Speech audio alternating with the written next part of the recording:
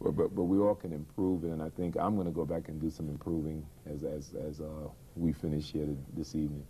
Tom, you've been doing some work in the area of social skills training. Can you update us on what the research reports and possibly give us a few examples? I think social skills training builds off of what everybody says here. It's the part of a multifaceted program that Richard was talking about, developing inner control and giving kids positive challenges like Marilyn and Susan were talking about.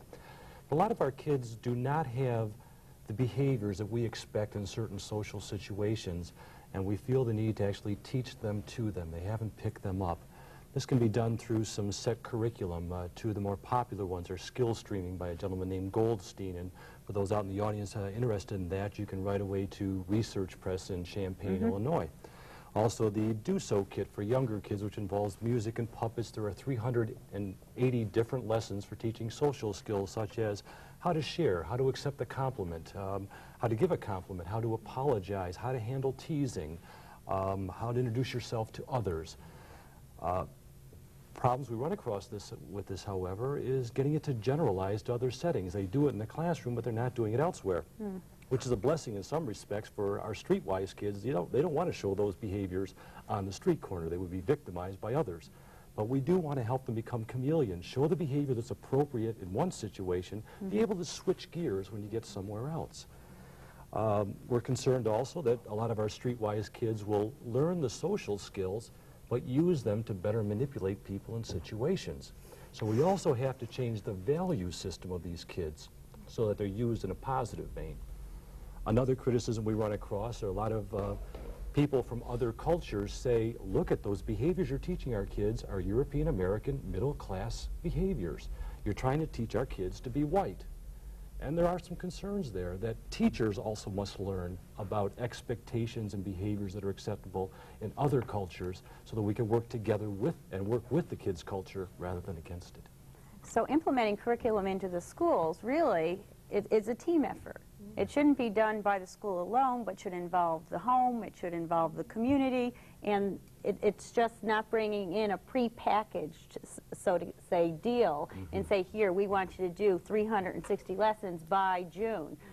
There's more that goes into that. Some of the comments that Tom just made, Susan, I know in the area of social skills training, were actually some of those same skills you weren't initially training for in your peer tutoring studies, but actually was something that just naturally occurred. Right. There is a great deal of similarity because both look to prepare students in terms of how to gather approval in the environment and to be successful. Marilyn had said before, success breeds success. We talk about cycles of mutually reinforcing interactions, and that's exactly what we're trying to trigger, either through social skills training or by the peer tutoring kind of model that I've done with Dr. Greer from Teachers College. But I think that one of the critical issues here has to be a look at generalization and a concern about not imposing one's values, which I think what Tom was saying. Whenever you work with youngsters on social skills, one has to be clear that we're not imposing our own value system, or even with interactions with parents. And secondly, that when we get these youngsters into a program, that we really try to train some kind of model for generalization. That generalization of skills doesn't happen automatically. It would be lovely if it did. But in terms of the dollars we spend to make those dollars cost effective, every teacher who teaches a skill has to look at how that skill might generalize and who we can hook up with in the environment, other colleagues, parents at home, etc., for how to develop the plan that allows that skill to generalize. So in fact, the social skills are very much an extension of just peer interaction. Going back to both points that were just made, I think values, again, in sort of having young people feel, especially when we work with inner city youth, which many of us are working with, that there's a certain level of imposition of, I think Tom mentioned, a European American value system, and I think you capitalize on that. I think what's very important that we attempt to do with our young people is to set up a set of universal values that transcend racial, cultural, ethnic lines, and emphasize that there's a certain level of morality. When I talk to a young person who was just arrested, the first thing I'll say to that person, I say, I know you knew when you were 2 or 3 years old, your mother or father taught you that that was an incorrect act to do, whether it be accused of whatever. And that takes it on to a level where no matter how and what group of people we approach, there's a certain set of values, fairness, righteousness, balance, propriety, those kinds of things that are universal values that we need to emphasize at all times to our young people and let them realize that we're not going to sort of water them down to cross ethnic lines or to cross our cultural lines, that these are set standards. And I think we will run in more and more to the concerns that our teachers will have. Just how far will I go with this issue before I be accused of imposing a certain set of values? And even within our own little community, sure, we have that question, whether this is a value from the Caribbean or whether this is a value from the mainland. And so again, we need to perhaps as educators go into that set of values that are preset for us and work from that as a premise. Mm-hmm. As a base. And I think one of the examples, Richard, that you had given earlier was school attendance. That would be a universal. Exactly. One person talking at a time and respecting another person while another person is talking would be a universal. And that is something that sometimes I don't find in some of the curriculums that are presently being advocated by certain groups of people. Marilyn, I'm going to start with you, and then I'm going to follow up a question with Richard, because you're actually working in correctional settings. Mm-hmm.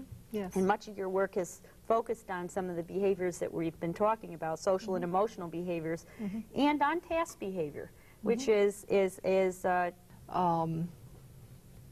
and creating those opportunities to use reinforcement.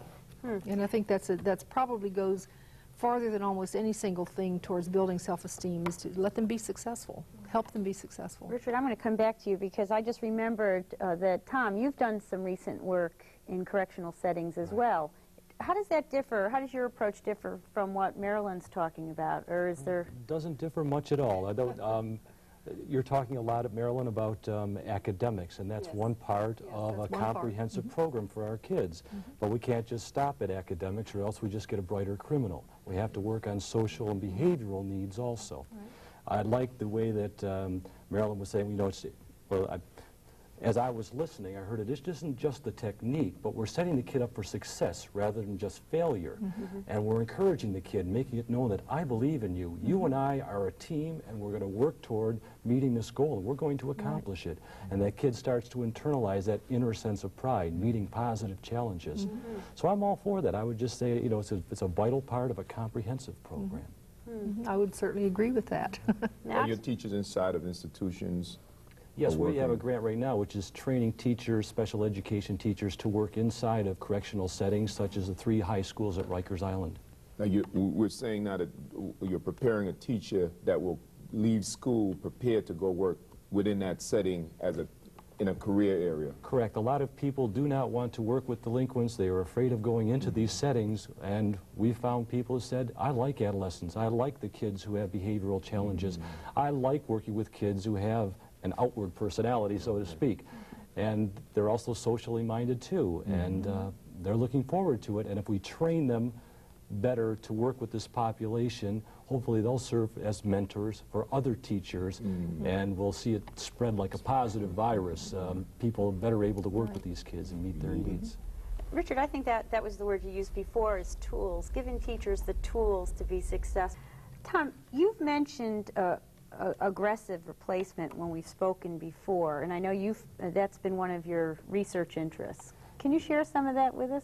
Yes, a lot of our kids, when they're frustrated or when they're angry, they slug it out, and we would like to provide them with some other options for those situations. To give an example of one lesson, we might talk about handling frustration. We talk, what is frustration?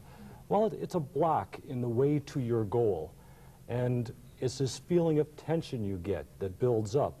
And we talk about how the feeling's okay. It's okay to be angry. It's okay to be frustrated. It's what you do about that feeling that concerns us. So we sit down, we talk about some options, we'll role play different ways of handling a situation, hoping that as we role play it, the kid will think twice in certain situations and try out some of these. Some people feel it's a little questionable when we go one step beyond and we surprise these kids with frustration activities.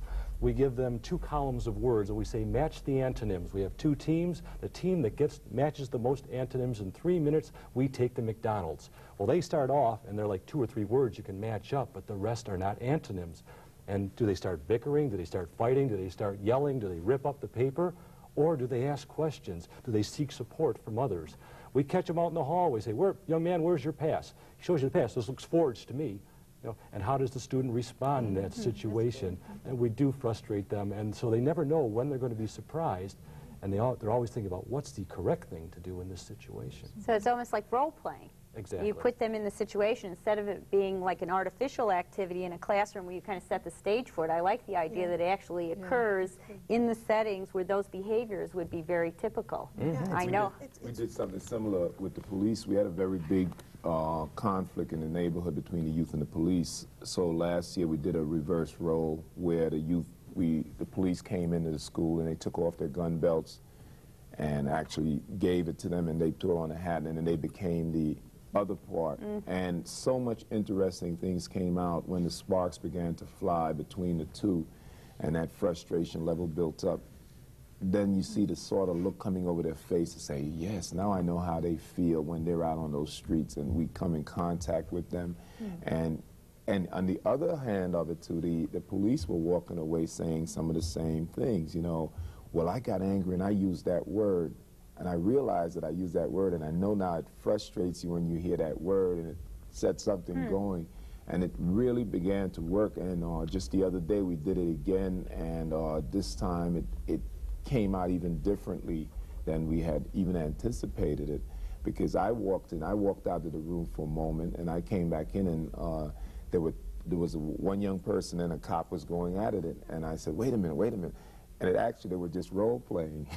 They had me get nervous. I know, they had me convinced that it was the real deal. And everyone stopped and laughed and said, well, you see what is happening.